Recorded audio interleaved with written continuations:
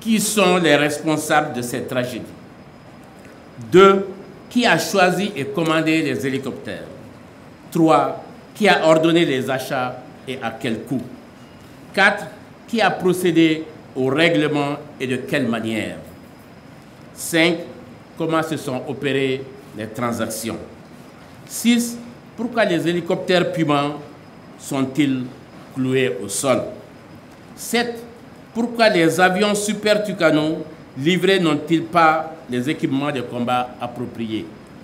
8. Pourquoi 2 avions Super Tucano n'ont-ils jamais, je dis bien jamais, été livrés? Mesdames et messieurs les journalistes, mesdames et messieurs en cette assemblée, il appartient désormais à l'Assemblée nationale du Mali, après enquête, de renvoyer devant les juridictions compétentes toute personne impliquée dans cette cascade intarissable de scandales.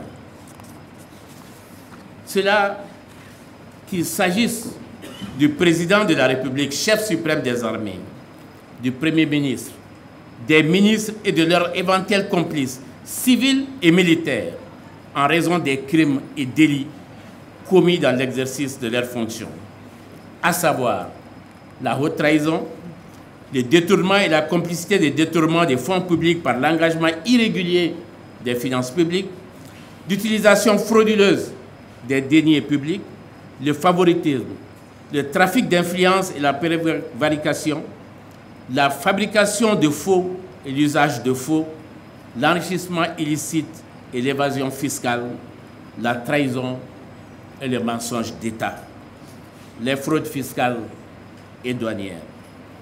Ces faits sont prévus et punis par les articles 34 et suivants, 102 et suivants, 107 et suivants, 112 et suivants, 120 et suivants, 123 et suivants du Code pénal du Mali et la loi 2014-015 du 27 mai 2014 portant prévention et répression de l'enrichissement illicite au Mali. Plusieurs drames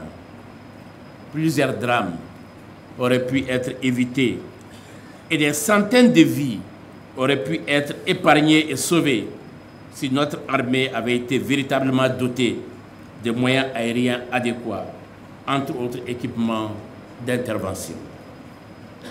On ne combat pas l'ennemi avec des leurres. On ne défend pas son peuple avec des illusions. C'est pourquoi justice doit être faite. C'est pourquoi justice doit être rendue. C'est pourquoi justice doit être appliquée.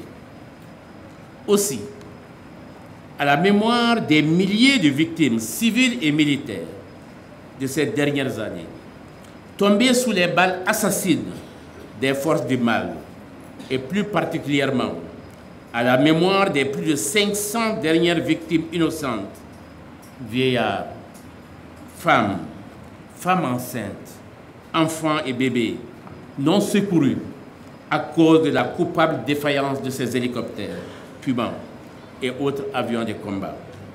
Je vous prie encore une fois de bien vouloir observer 3 minutes de silence. Je vous remercie pour votre dignité et votre respect en leur mémoire.